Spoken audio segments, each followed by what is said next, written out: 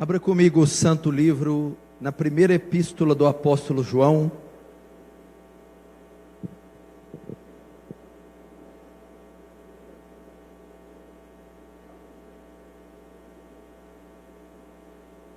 Se pegar Apocalipse e voltar é mais rápido. Apocalipse, Judas, terceira, segunda, primeira epístola do apóstolo João, no capítulo 4.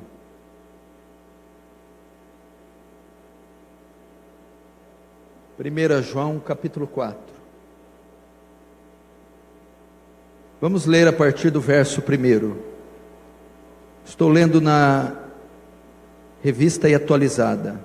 Amados, não deis crédito, ou não creiais a qualquer espírito.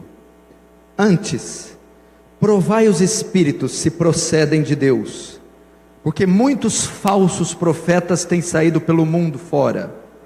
Nisto reconheceis o Espírito de Deus. Todo espírito que confessa que Jesus Cristo vem em carne é de Deus. E todo espírito que não confessa Jesus não procede de Deus. Pelo contrário, este é o espírito do anticristo, a respeito do qual tendes ouvido, que vem, e presentemente já está no mundo. Filhinhos, vós sois de Deus e tendes vencido os falsos profetas, porque maior é aquele que está em vós do que aquele que está no mundo. Eles procedem do mundo, por essa razão falam da parte do mundo, e o mundo os ouve. Nós somos de Deus. Aquele que conhece a Deus nos ouve. Aquele que não é da parte de Deus não nos ouve. Nisto reconhecemos o espírito da verdade e o espírito do erro. Deixa aberto aí, não feche. Só feche mais uma vez seus olhos, rapidamente. Pai Santo, Tu sabes da nossa fraqueza e da nossa incapacidade de entender coisas muito elevadas. Somos tão tolos, tão pecadores, pequenos, mas que na nossa miserabilidade Tu recebas glória para si, que na nossa pequenez Tu mostres a Sua grandeza. Minha oração é para que a Sua soberania, Senhor, tome todo esse estado, tome todo o universo, uma vez que ele já está tomado. Toma mentes e corações cativas à Tua palavra. Que haja tremor e temor diante do Santíssimo, diante do Eterno. Que haja reverência. Faz Teu reino avançar essa noite. Receba a glória para si e nos conforma à imagem do Seu Filho, em nome de Jesus. Amém. Som. Queridos, eu só vou fazer um pedido. Se é possível, me atenda, por favor. Eu sei que nós estamos numa mega estrutura com uma multidão de gente, mas eu gostaria que, se possível, reverência nesse local. Se tem uma coisa que o nosso Deus exige, é temor, reverência, a Sua santidade e a Sua presença. Vamos fazer esse um ambiente espiritual no qual Deus possa ser temido devidamente. Os doutores já falaram, agora chegou a hora das mulas. De vez em quando elas falam também. Isso não é fala minha, é de Lutero. Queridos, no grande despertamento de 1930 a 1940, liderado por Jonathan Edwards, aquele avivamento foi questionado a sua autenticidade e a sua genuinidade. Jonathan Edwards, então, ele vai fazer a exposição desse texto e escreve um livro sobre esse texto, chamado As Marcas da Verdadeira Obra do Espírito de Deus. E ele diz nesse trabalho, que a primeira carta de João e o capítulo 4, este texto é o fundamento para se examinar qualquer obra do Espírito, para saber se ela é verdadeira ou falsa. 1 João capítulo 4, os 8 primeiros versos. Ele começa o texto dizendo: amados, provai, não creiai em todos os espíritos, antes provai-os. Por que ele diz isso? eu acredito aqui que, independente da sua vertente escatológica, você acredita que Jesus vai voltar. Eu tenho absoluta certeza. Independente se você é dispensacionalista, amilenista, pré-tribulacionista histórico, você crê que aquele que um dia pisou nessa terra retornará em glória.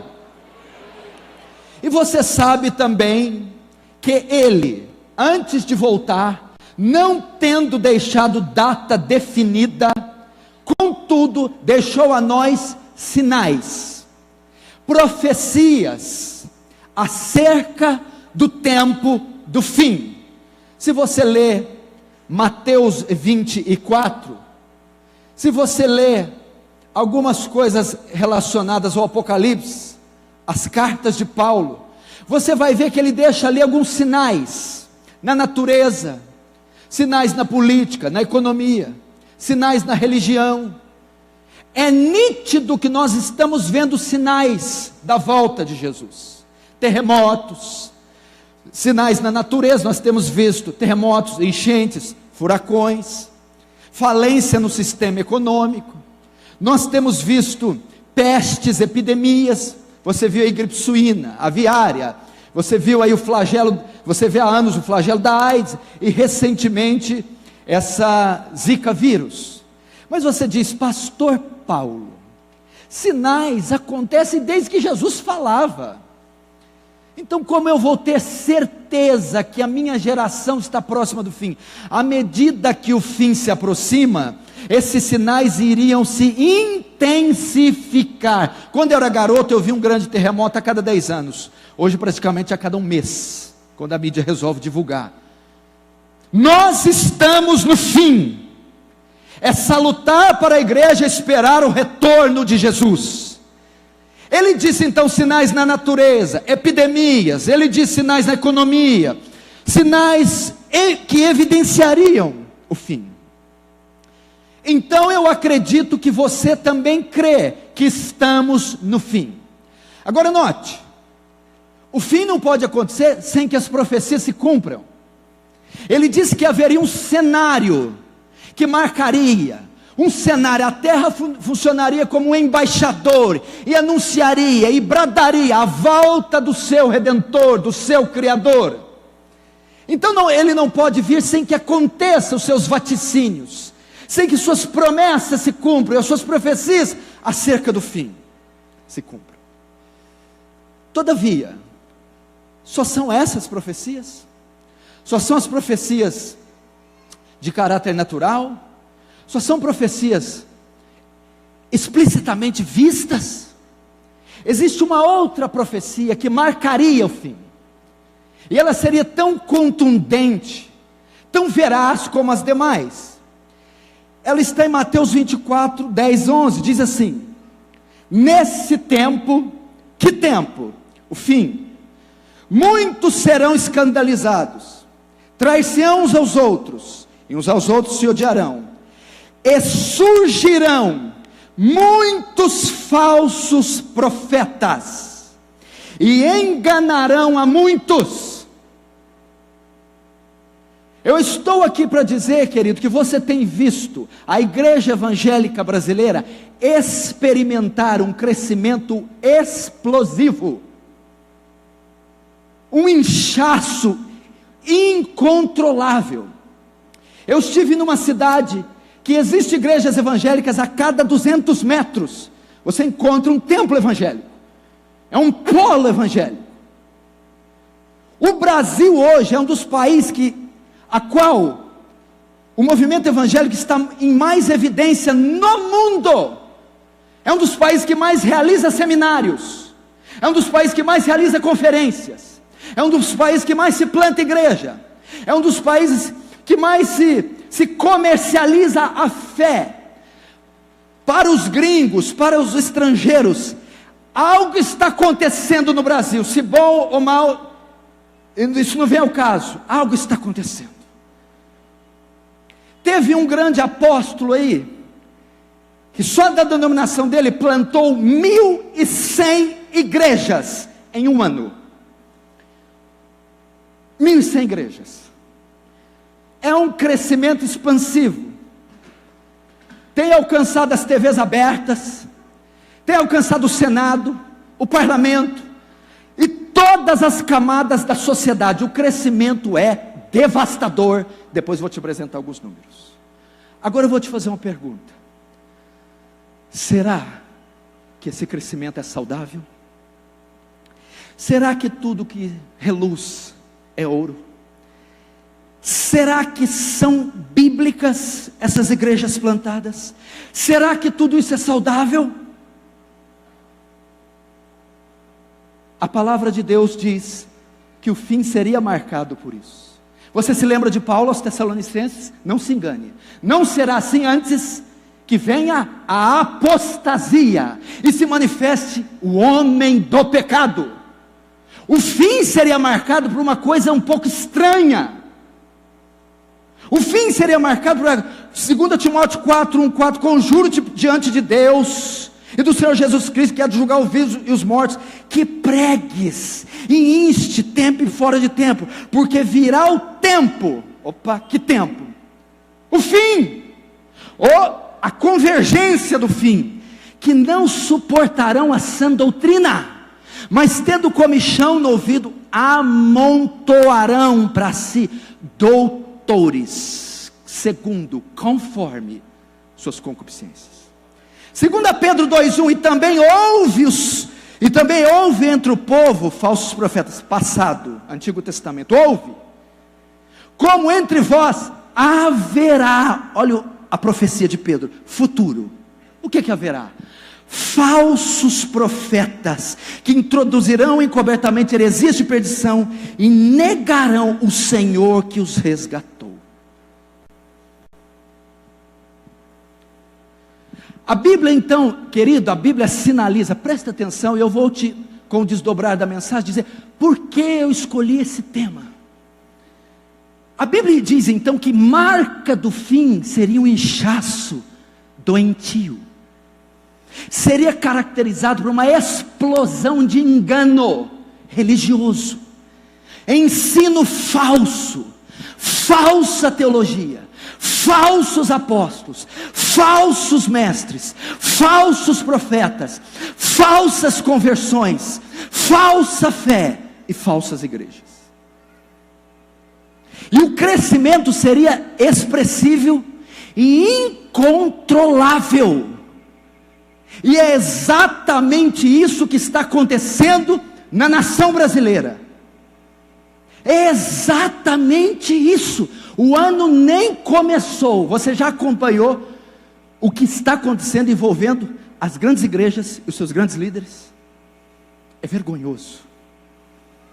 Você está vendo o que circunda essas denominações, esse povo, os milhões envolvidos, as negociatas, as barganhas, as cifras exorbitantes, as massas que vão após eles. Enquanto isso, enquanto essa profecia segue o curso natural, onde estaria a igreja do Deus vivo? Aquela, a pura, a verdadeira, a genuína, a noiva do Cordeiro. Ela estaria aqui, porque ela está aqui. A igreja de Cristo está aqui. Sabendo disso, faz-se necessário então preparar a igreja para lidar com o engano religioso. Faz-se necessário então preveni-la, prepará-la, capacitá-la. Essa palavra é um chamado ao discernimento. Um chamado ao discernimento, para que você não seja enganado, para que você não seja seduzido por essa serpente que está rastejando em nossas vinhas brasileiras.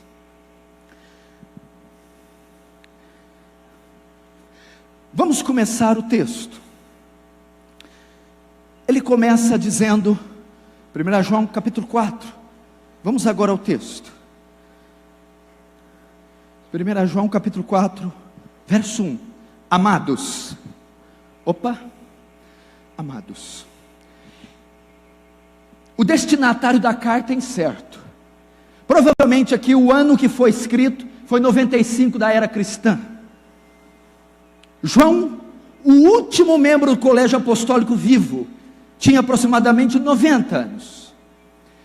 O destinatário não é preciso, provavelmente são cristãos ou igrejas das províncias da Ásia. O fato é que, quando ele usa esse termo, ele é comumente usado para os crentes, para a igreja. João está escrevendo aqui uma carta, está escrevendo algo, porque nenhuma profecia de particular interpretação, é uma profecia, e é uma profecia para a igreja de hoje. Então a mensagem é: amados, igreja, consciência cristã, VINAC, ouçam o que o Espírito diz às igrejas. Aquele que tem ouvido, ouça o que o Espírito tem a dizer às igrejas. Amados, não creiais a qualquer espírito, ou em qualquer espírito.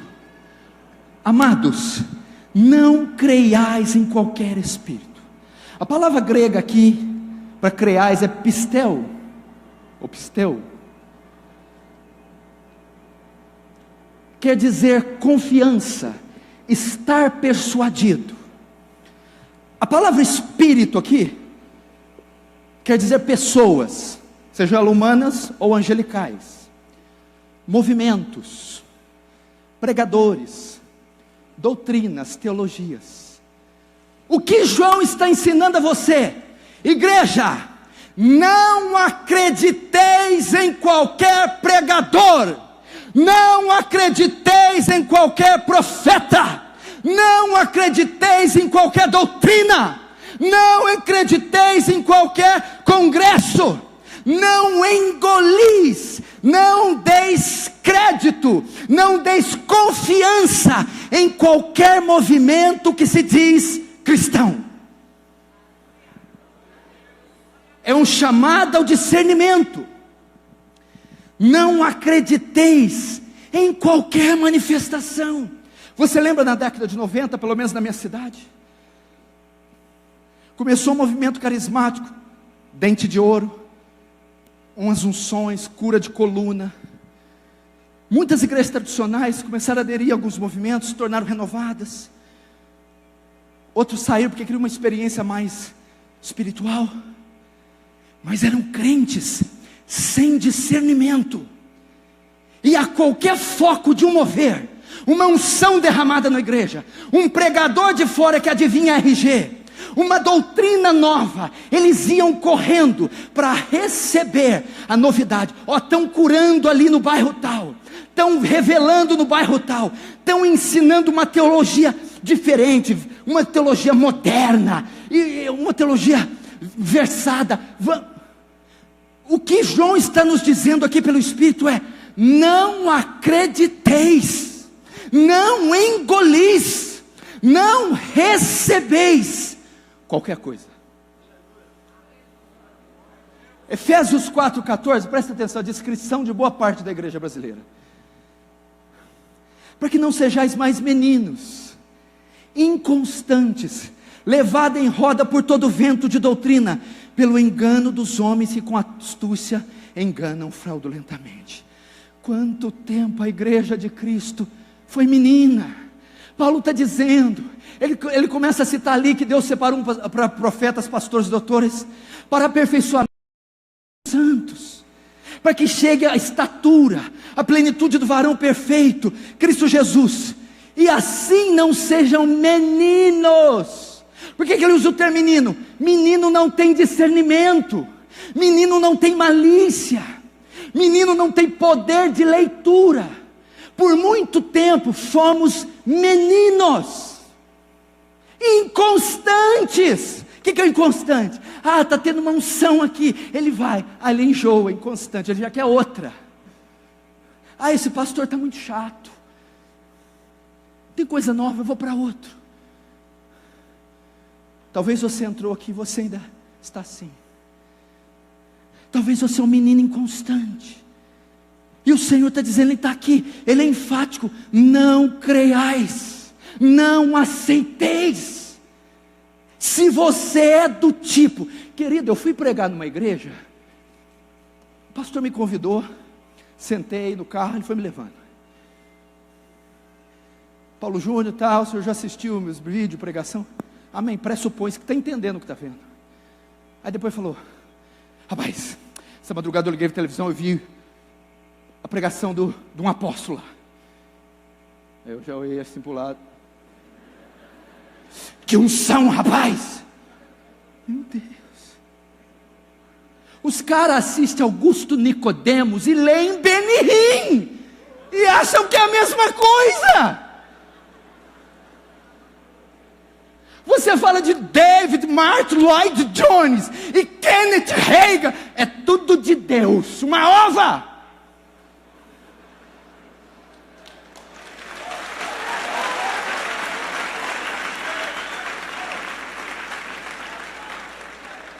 Esses nominhos posso soltar, né? Porque já virou carne de vaca, né? Isso aí posso soltar. Isso aí não está, isso aí já nasceu para não abater, esses aí. Você está entendendo? Não creais. Antes, vamos continuar. Antes, ao invés disso, antes, provai.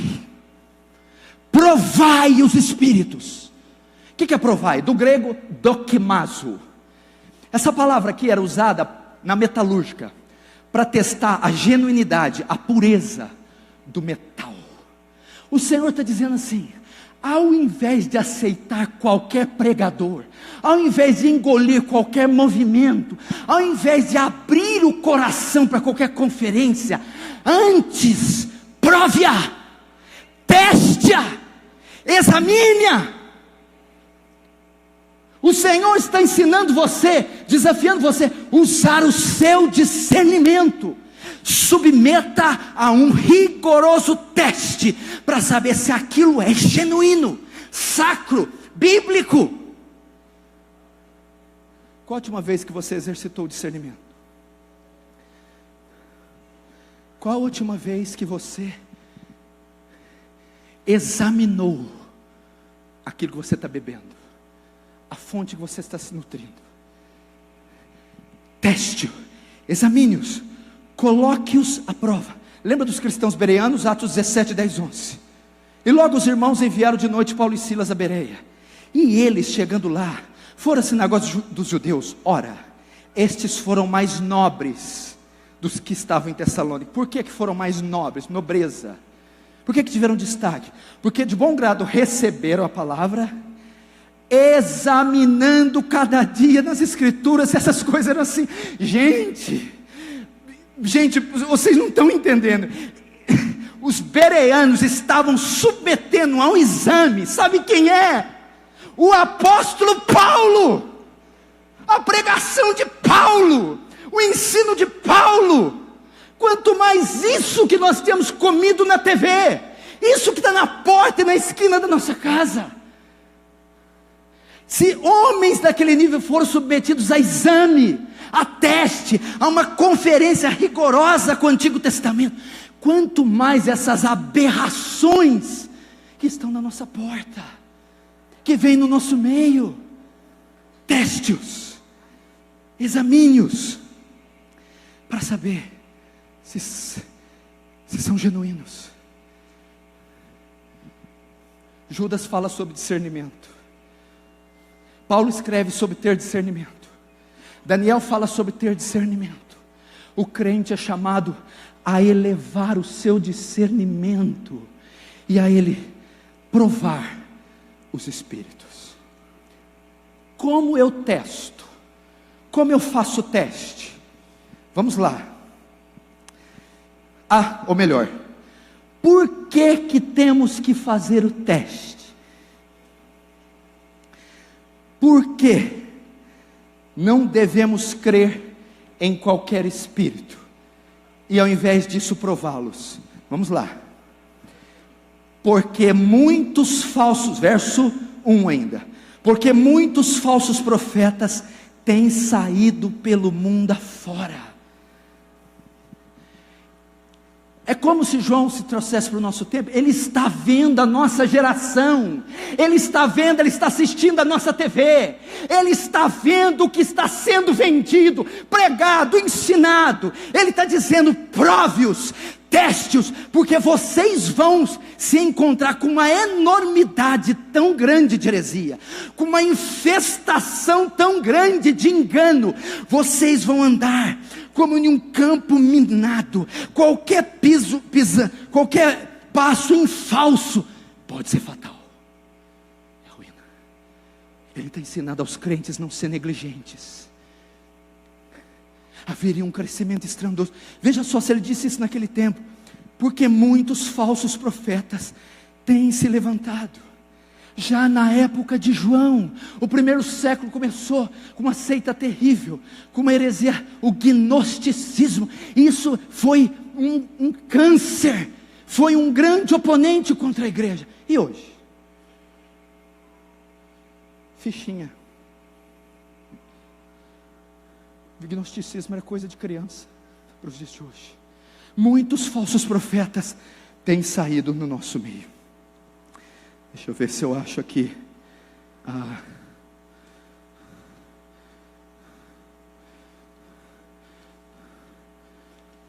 A folha que eu fiz os dados. Presta atenção nisso aqui. Por que temos que fazer o teste? Por causa dos falsos profetas.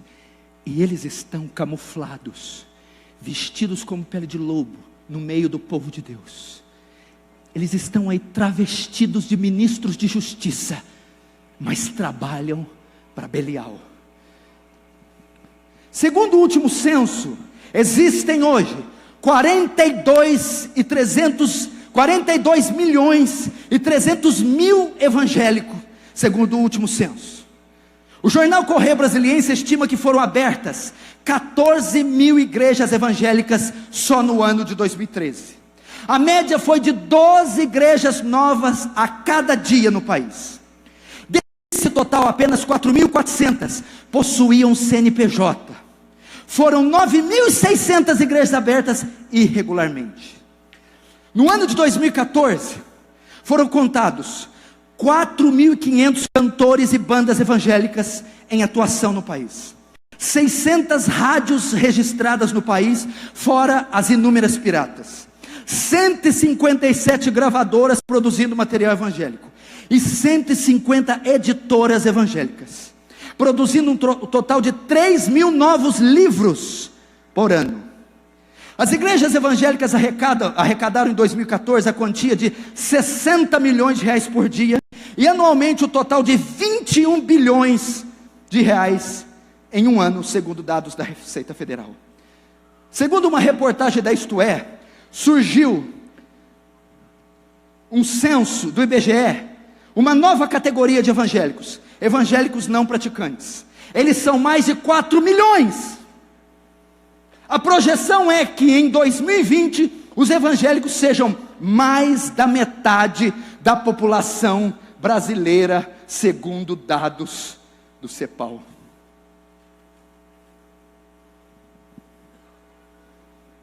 Por que o senhor está trazendo isso? Soma-se isso às profecias bíblicas, principalmente de Jesus. São mensagens, são palavras que vêm para alertar o povo de Deus, que vêm para fazer com que o povo de Deus reflita e amadureça espiritualmente. Por que devemos testá-los? Porque muitos falsos profetas têm saído pelo mundo. Agora, como se faz esse teste? Você está perguntando. Talvez eu estou comendo dessas cisternas rotas. Talvez eu estou como os profetas em Gilgal, morte na panela. Parecia ser bom, mas tinham veneno. E por que comeram as coloquíntidas? Porque não as conheciam. A falta de discernimento faz com que o povo engula morte, engula veneno.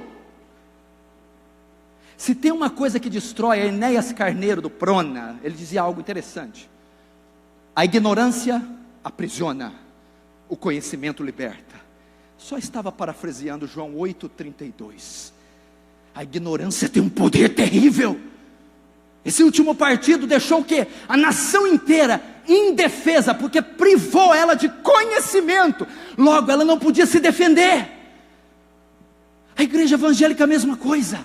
São milhões de templos que não é um ensino decente. Então há milhões de cristãos ou de pessoas fiéis que não podem se defender, porque não têm conhecimento. Como fazemos o teste? Verso 2: nisto reconheceis o Espírito de Deus. Tá, vamos lá. Como? Todo espírito que confessa que Jesus Cristo veio em carne é de Deus. E todo espírito que não confessa Jesus não procede de Deus. Pelo contrário, esse é o espírito do anticristo, a respeito do qual tendes ouvido, que vem e presentemente já está no mundo. Até aí. Vamos lá. Nisto conhecereis que a obra é de Deus, que o profeta, o pregador, a unção, o mover, a conferência, todo aquele que fala pelo Espírito de Deus, todo aquele que se diz ser de Deus, todo espírito que confessa a humanidade de Jesus, que Jesus vem em carne, é de Deus. E todo espírito que nega que Jesus vem em carne, a humanidade, não é de Deus. Por que João dá esse teste? Como eu disse, no primeiro século, a batalha era a respeito da cristologia, gnosticismo, docetismo, monofisismo. Todos eles tentavam macular uma das naturezas de Jesus.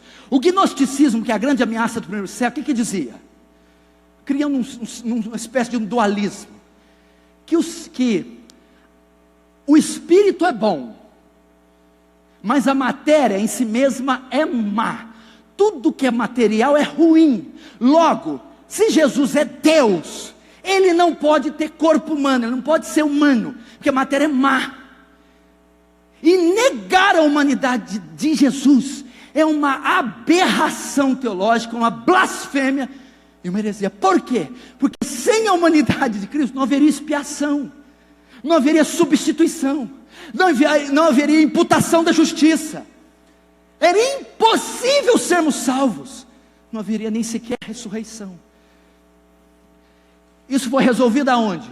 Em Calcedônia, século V. A união hipostática. O que é isso? As duas naturezas de Jesus, humana e divina, 100% humana e divina, coexistem juntas sem se misturar. União hipostática. A guerra na cristologia foi vencida. Então, quando você for falar com o testemunho de Jeová, com os adeptos do arcanjo Miguel, ele é 100% homem e 100% Deus. As naturezas humanas e divinas coexistem juntas sem se misturar. Quer ver isso na Bíblia? Quando os discípulos estão no mar e a tempestade vem, Jesus está tão cansado que está dormindo. Humano: mestre, não te dá que pereçamos? Ele levanta e repreende a tempestade. Divino, humano e divino, na mesma pessoa, no mesmo tempo, no mesmo episódio.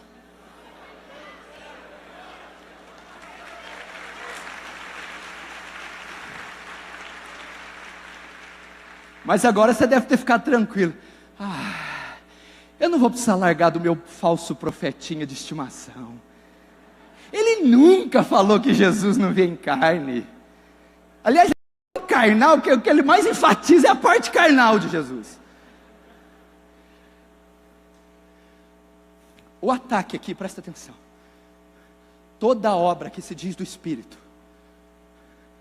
e não exalta a pessoa bendita de Jesus, não é de Deus. Por exemplo, teve um livro que foi escrito aí, Good Morning Holy Spirit.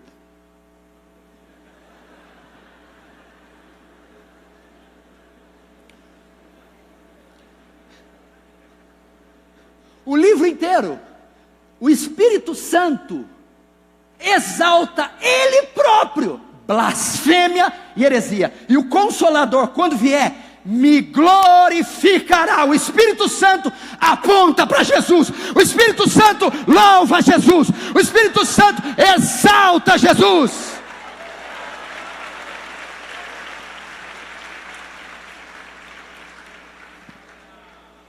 Toda obra que coloca a glória no pregador, heresia. A glória na igreja, venha para essa igreja resolver os problemas, heresia. Porque se tocar no meu manto ensanguentado, além de pegar doenças transmissíveis,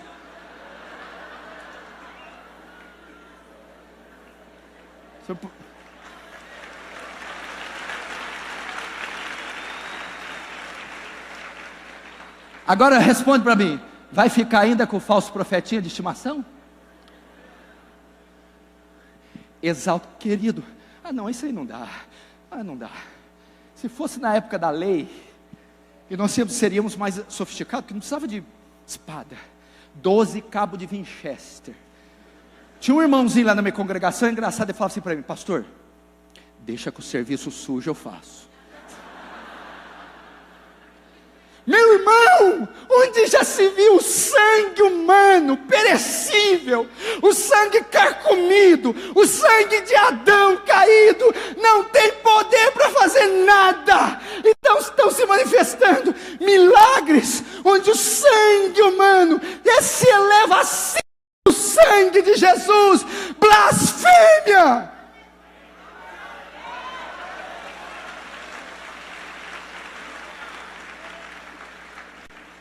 Nisto conheceis todo espírito, pastor, pregador, movimento, livro, que não exalta a pessoa bendita de Cristo, que fala de Cristo, que fala do Espírito ou do Pai, que fala do pastor da igreja, em detrimento do Filho, não é de Deus, não é de Deus. Tem algumas seitas que falam que Jesus é o irmão mais velho de Lúcifer, heresia. Outras seitas dizem que Cristo é o arcanjo Miguel, heresia. Outros dizem que Jesus não é nem humano nem divino, é um terceiro, é uma mistura. Pegou os dois, bateu, saiu Jesus. Heresia. Segundo teste, para não ficar só aí. A humanidade de Jesus é uma verdade bíblica, irrefutável, inerrante, inspirada, divina, irrevogável. João capítulo 1. No princípio era o verbo eterno. O verbo estava com Deus, é distinto do Pai. O verbo era Deus, é divino. E tudo que foi feito por Ele. O verbo é soberano, é criador. Verso 14, o verbo se fez carne. Humano. Ele, quando vier, vos fará lembrar tudo quanto tenho dito. O Espírito Santo, o mover, a unção, a denominação, a doutrina, o livro, a conferência, o que ela faz? O cara prega, escreve, o cara lê, o cara ora, o cara faz tudo o que ele faz, mas a convergência sempre é para a poderosa, infalível, inerrante Escritura, a palavra de Deus. Ou seja, todo movimento que distorce uma verdade clara nas Escrituras, rejeite, não é de Deus. Todo pregador, profeta, todo livro que distorce, que omite, que acrescenta algo à verdade revelada na Escritura, heresia. Nisto você saberá. Sabe o que eu acho engraçado? Eu acompanho os falsos profetas faz umas décadas. Eu nunca vi eles pregar um sermão. Eu nunca vi um. Fala alguém, levanta quem viu, me conta. E quando pregam, se é que pregam, eu nunca vi uma interpretação conexa, cabível. Não pode ser de Deus. Tem outros 3 testes, rapidinho, que você tem que fazer, para saber. Pastor, eu sigo fulano, inclusive eu sou até parceiro missionário dele. E na Vinac nada, né? Deus te... Não, deixa para lá. Deus te abençoe. 3 testes, para saber se esse mover, se pastor é bíblico ou não. Primeiro, tem que ter respaldo das Escrituras. Segundo, respaldo em 2000 anos de história da igreja. Terceiro, respaldo nos crentes contemporâneos saudáveis. Todo pregador que você ouvir, livro que você lê, todo espírito, submeta a ele as Escrituras. As Escrituras apoiam aquela pregação, apoiam esse livro, apoiam essa manifestação. A interpretação correta apoia esse profeta. Escritura. Segundo, você pode dizer para mim, pastor, até que tem base bíblica, agora como é que eu vou garantir que a interpretação é correta? Vamos para o segundo ponto. Paulo interpretou sim aquele texto do Antigo Testamento, como o pastor Davi mencionou. Ele tem a interpretação lúcida, clara. Os apóstolos interpretaram assim. Agora vamos para a patrística. Tertuliano, Policarpo, Agostinho interpretou assim. Vamos para os reformadores, Lutero, Zwinglio, Calvino, Bullinger, interpretaram assim. Pós-reformadores, os puritanos, John Owen, Richard Baxter, Cotton Mather, Thomas Watson, interpretaram assim. Vamos um pouquinho depois, Spurgeon interpretou assim. Jonathan Edwards interpretou essa passagem assim. Martin Lloyd Jones interpretou essa passagem assim. Você tem 2000 anos de história da igreja para comparar se aquela interpretação daquele texto, aquela manifestação, tem respaldo em 2000 anos que a Bíblia vem sendo interpretada. Eles concordam? Concordam. É bíblico. Não, ninguém deles concorda. Ou esse cara é um super profeta, ou ele é um herege. Eu acredito que ele é um herege. Terceiro, compare a interpretação com crentes contemporâneos saudáveis. Mark Denver interpreta assim. John MacArthur interpreta assim. Paul Washer interpreta assim. Augusto Nicodemos interpreta assim. Hernandes Dias Lopes interpreta assim. Mauro Meister interpreta assim. Você tem que comparar com as igrejas e pastores saudáveis contemporâneos. Você já viu que engraçado? Esse falso profeta faz coisa que só eles fazem, mas ninguém, nem os outros colegas falsos deles, só eles.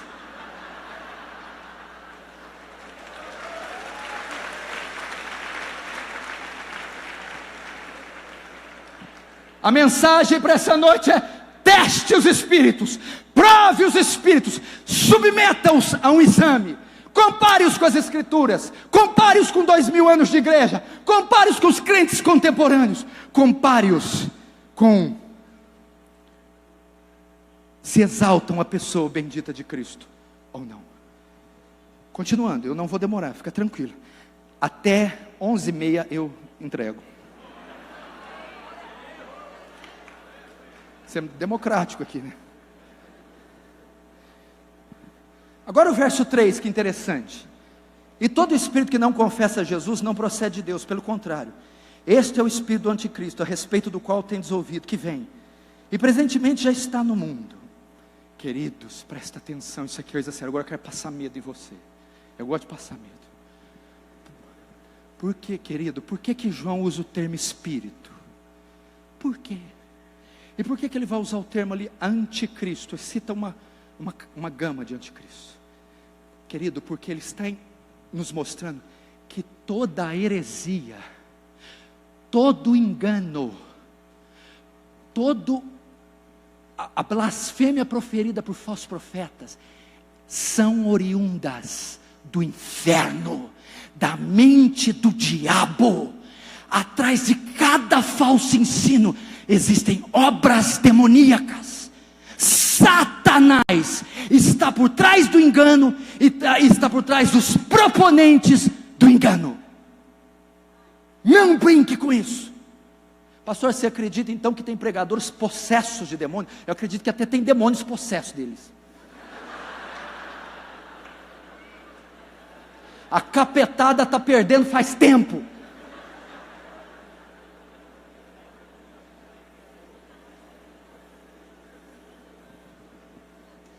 Aí ele vai dizer assim, ó: pelo contrário, é o espírito de anticristo, a respeito do qual tendes ouvido, e vem, e presentemente já está no mundo. Opa, ele fala que está no mundo o anticristo e vem.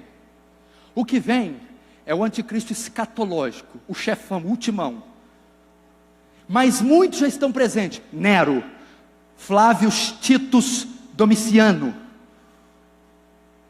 eram protótipos de anticristos, entendeu? Homens possessos, homens influenciados pelo mal. Nero, Domiciano. E tem o anticristo escatológico, o último.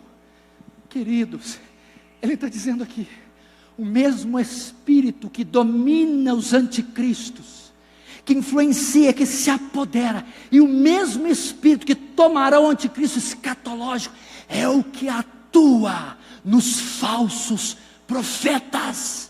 Palavra do Senhor. Não brinque com isso. Satanás é sujo, ardiloso, articulado, inteligente e astuto.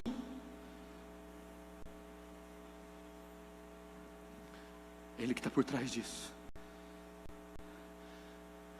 Porque quando a gente fala de diabo, você tem a impressão de João bobo. Você dá bicuda, ele volta.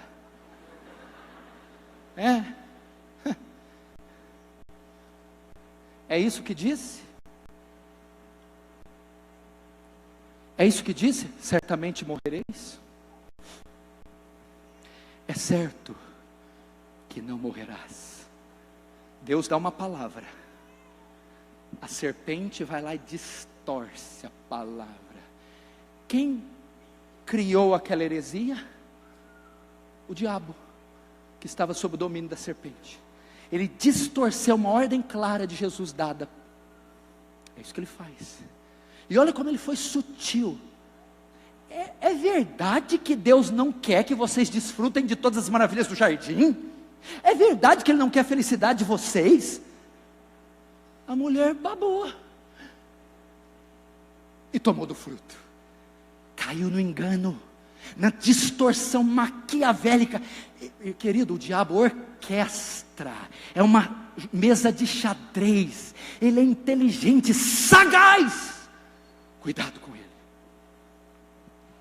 Sobretudo, querida, a palavra não é só lúgubre. O cara fica trazendo esses pregadores lúgubres. Vai procurar no dicionário, o que é isso? Há uma palavra de esperança para a igreja aqui. Há uma palavra positiva para nós. Acompanhe comigo o verso 4, eu estou indo para o final.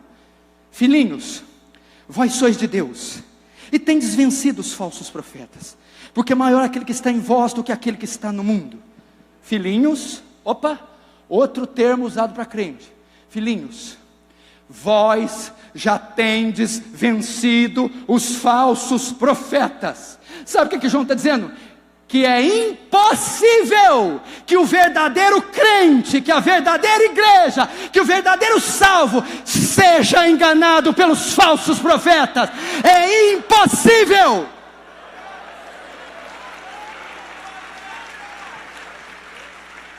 Por que é impossível? Por causa do valente que habita dentro dele. Porque, calma. Por quê? Porque maior é o que está em vós. Sabe o que quer dizer? Sabe por que o engano não pode? Pode te atrasar, pode te confundir, pode te desviar, pode te retardar, mas não pode te possuir. Sabe por quê? Porque maior é o que está em você. Que isso? O selo, o novo coração, a nova lei, o temor, o Espírito Santo. O que João está querendo dizer? O Espírito Santo não é fraco, o Espírito Santo é poderoso, o Espírito Santo está em você, e o Espírito Santo dá ao crente discernimento.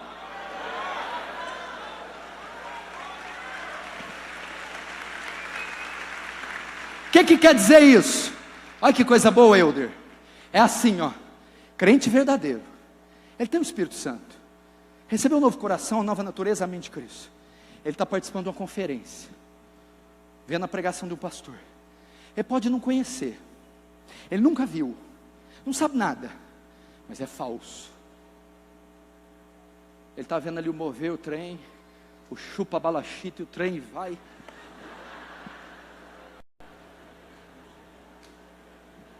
Meu amor, o que foi? Meu amor, eu não conheço isso aí não. Eu nunca vi isso aí não, sei. Meu amor, mas esse negócio está muito estranho. Eu não recebo isso aí não. Eu não abro meu coração para isso não. Por quê, meu amor?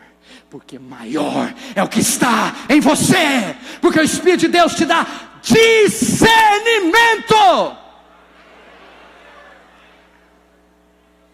Discernimento. Agora uma parte triste aqui, ó. E eu estou caminhando para o final. Nós vamos ver quem são os falsos profetas, o tema da pregação deles e o público deles. Tudo em 5 minutos. Vamos lá, olha só. Verso 5. Eles procedem do mundo. Eles quem? Os falsos profetas. Olha aqui. Eles procedem do mundo. O que é isso?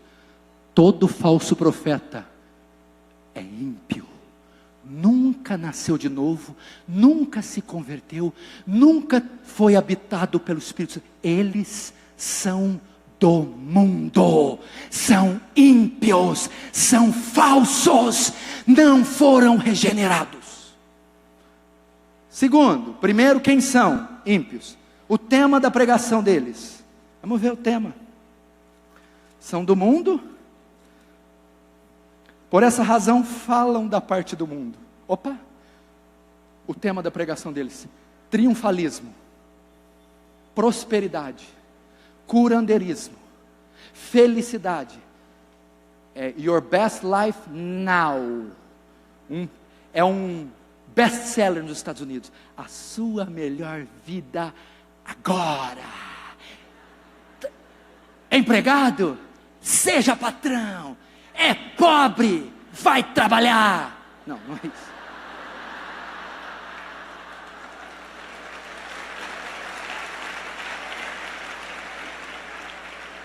E o homem já levantou lá. Jesus veio em carne, confessa aí.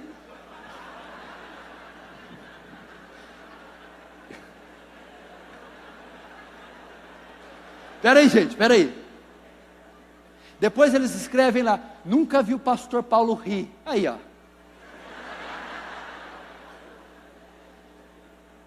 Primeiro, quem são ímpios? O que eles falam? Falam do mundo. Triunfalismo. O público deles. E o mundo os ouve. Eu vou falar com pesar no coração. Congregações inteiras de inconversos, massas inteiras iníquas, inconversas. O público dessa gente não é salvo, nunca ouviu a sã doutrina, nunca ouviu a exposição do Evangelho, não estão lá por causa do pecado, não estão lá porque precisam do Salvador, estão lá para adquirir algum souvenir que aquela religião propõe. Pastor, mas pode ter salvação lá? Pode. Pode o salvo continuar salvo lá? Impossível. Vamos terminar. Verso 6. Nós somos de Deus. Aquele que conhece a Deus nos ouve. E aquele que não é da parte de Deus não nos ouve. Eita, que versículo tremendo. Nós somos de Deus. Quem? O apóstolo João, Tiago, Pedro, Paulo. Nós somos de Deus. Sabe o que ele está dizendo aqui? O salvo ouve a sã doutrina. O salvo quer a sã doutrina. O salvo gosta do Evangelho. O salvo conhece a voz do seu pastor.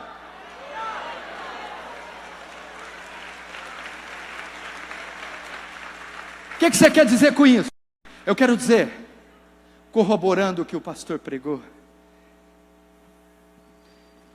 que está havendo um tempo onde as ovelhas de todos os cantos e todos os redores estão ouvindo o chamar do Mestre, estão se reunindo. Eu não posso dizer que é uma obra silenciosa. Olha isso aqui, silenciosa como? É muito barulhenta. Eu não posso dizer que ela está a passos de formiga. Eu não posso dizer que são 7.000 joelhos escondidos em Obadias. Não, meu irmão, as ovelhas estão se despertando. Por quê? Porque a sã doutrina está sendo pregada, porque o Evangelho está sendo exposto, porque a palavra de Deus está sendo anunciada. Miguel Nunes, na Conferência Fiel, disse que o YouTube está fazendo para essa geração o que a imprensa fez para a Reforma. Presta atenção. Por que na última eleição o Partido Vermelho foi varrido? Por causa das mídias sociais. Quem detinha o controle eram os canais de TV aberto. As mídias sociais começaram a expor a roubalheira. O povo abriu os olhos.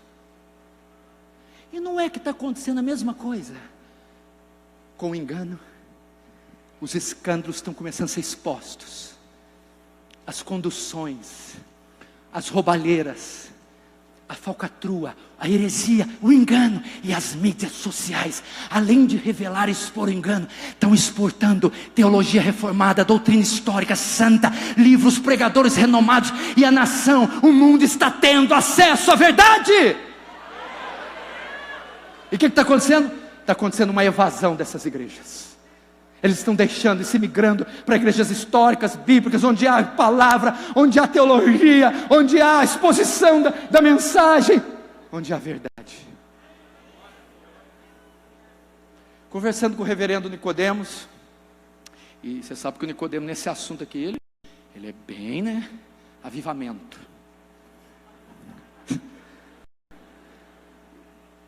Reverendo, e nós conversando isso aqui tudo. E eu também com medo, porque como é que fala isso? O senhor não vê isso como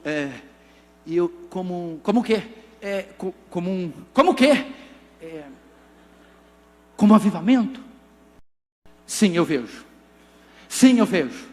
Isso aí são os lastros, os alicerces, os fundamentos sendo postos para um grande e poderoso edifício que vem aí a ser edificado. Tu és Pedro, sobre esta pedra edificarei a minha igreja, e as portas do inferno não prevalecerão contra ela.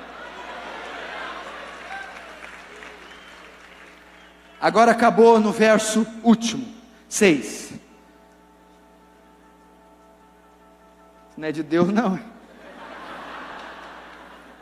Nisto conhecemos o espírito da verdade e o espírito do erro. Olha que coisa fácil esse versículo de interpretar. Nisso conhecemos o espírito da verdade e o do erro. Nisto o quê? Como que eu conheço o espírito da verdade e do erro? Pela doutrina. Pela doutrina. E vi uma segunda besta que subia da terra. Ela era vestida como carneiro, mas falava como um dragão. Como você descobre se alguém é herege ou não? De maneira que fazia fogo descer do céu. Mas quando abria a boca, era o dragão.